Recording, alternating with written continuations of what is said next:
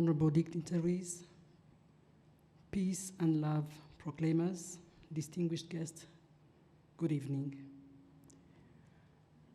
Humura Rwanda, abawe bazize Genocide yakorewe Abatutsi, tubibuka iteka, tubibuka kandi twiyubaka. I'm thankful to be here tonight, and yet there is a bittersweet quality to these gatherings.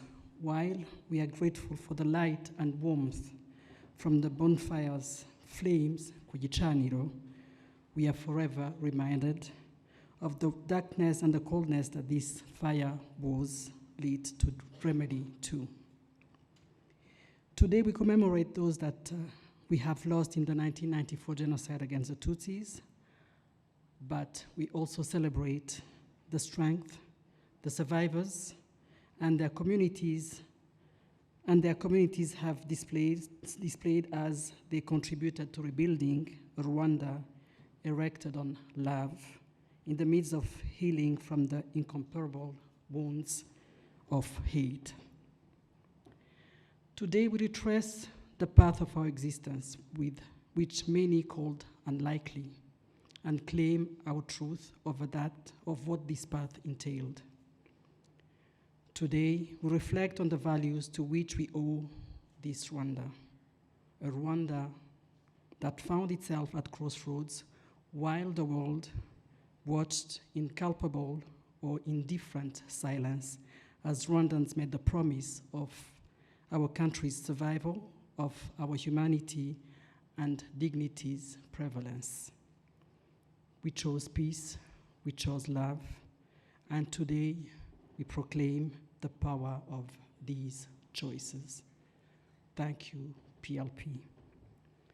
Dear youth, bana bacu, many of you are too young to recall the skepticism that weighed upon our backs when Rwandans made the defiant yet ever self-loving choice to revoke hate and embrace unity.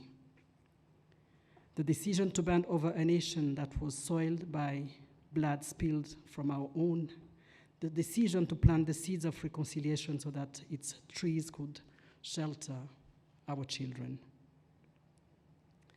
For some, to speak the truth on the atrocities that we have had to overcome is to rehash a past and confront an eternal reality that they either don't have the capacity or the willingness to absorb.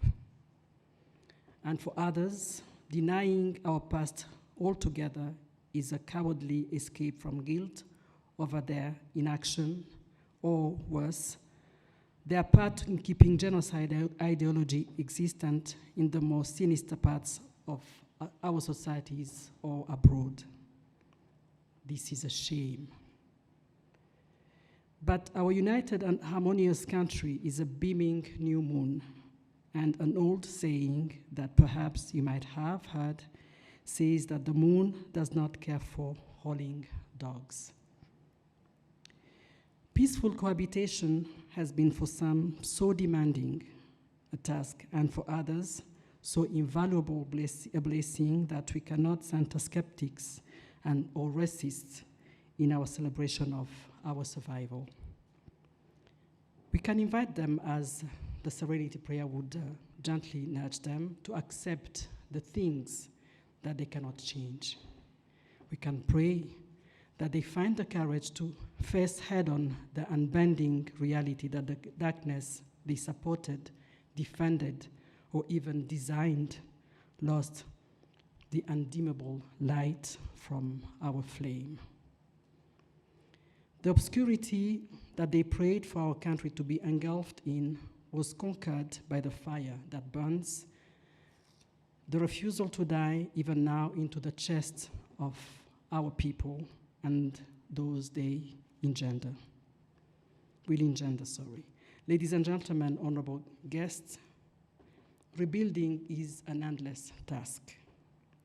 It will require exploits of the spirit, such as engaging in uncomfortable exchanges and daring to honor the truth, however bitter or however brutal. But fortunately, I sense courage in this room tonight. I have seen your willingness to seek answers to painful questions. Be assured that this quest, although taxing, is a decision that your fellow Rwandan will understand and perhaps even applaud. To ponder on the source of inconceivable is not seeking justification or expecting reason. No. One chooses to ponder, one chooses to reflect, and if brave enough, one chooses to remember. Because by recognizing a threat, by learning its designs, one can neutralize its future. This is the cost of never again. At times, dear guests, to commit to never again will require that you claim accountability for allowing our diverse, colorful facets to be distorted into divisions from which grew abysses that we allowed to be filled with hate, ignorance, or apathy. If the task ahead seems seizable, it is because it is. And yet, I see no reason why you, the youth, that has bred wonderful initiatives, such as the one that has gathered us today, should fail. For one, you have done a commendable job at tackling these tasks so far, and secondly, you are not alone. Peace and love proclaimers, united youth, your country loves you back. To the survivors, beyond the love that every Rwandan that loves Rwanda has for you, there is gratefulness. Gratefulness that you were not ripped from us, that I hope you can feel in this room this evening and every day beyond. You are the faces of resilience. You are the story of courage that we will never allow to be silenced. It's that very courage that has inspired many of you to keep the mantle of the good fight alive. Dear youth, dear Rwandans, your efforts are seen. Many of you choose to use your voice daily, even though the general is not very satisfied. Do not quit. Do not be deserters.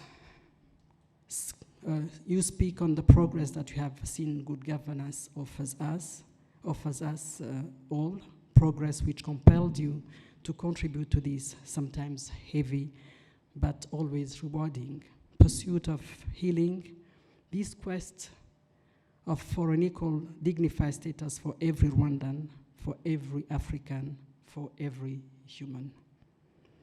You have found the certitude within yourself that the good choice, the honorable choice, is not to be argued or weighted.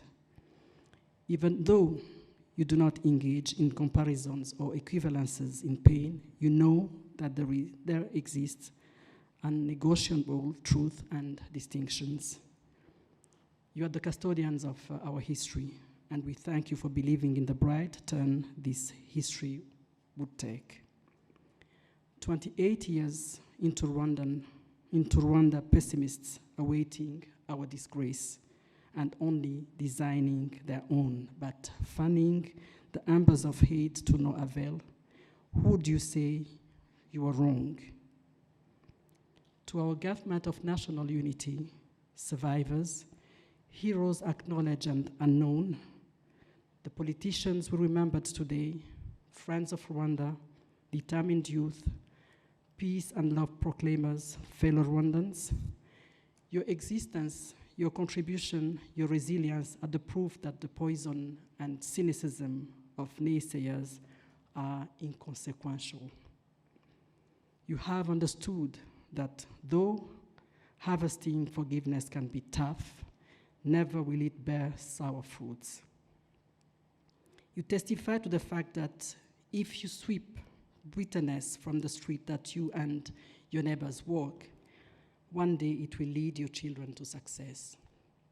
I must also applaud our communities, initiatives such as this one and beyond Rwanda, the AEGIS Trust for choosing to honor our shared humanity.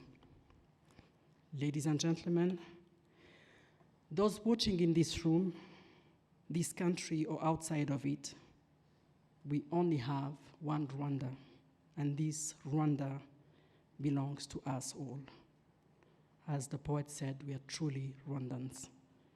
I hope that those battling trauma, sadness, or even the detractors and every Rwandan in between can ask ourselves these enlightening questions. What other choice did we ever have? Who could condemn a government that replaced a discriminatory leadership with one of national unity? Who could condemn a government that employed restorative justice over revenge? One that repatriated its people used as a shield by a genocidaire, and one that abolished the death penalty and a quota system giving access to basic rights for all Rwandans. The list is not exhaustive. We must maintain unwavering faith in our choices to stay together, be accountable, and think big. Indeed. Progress and survival are the fate we will always pursue, to the dismay of our healing's critics. Ladies and gentlemen, on our 28th commemoration, we ask from detractors the decency to stop the noise inflaming the sorrow of our people. It's high time that we are allowed to grieve our loss unapologetically. Do we not deserve to mourn the 10,000 that were killed every day for 100 consecutive days in peace and dignity? We must reject any shame for defending our dignity. I wish for better Rwanda. I pray for better humanity. May we all be our sisters and brothers keepers for this Kwibuka 28. I thank you.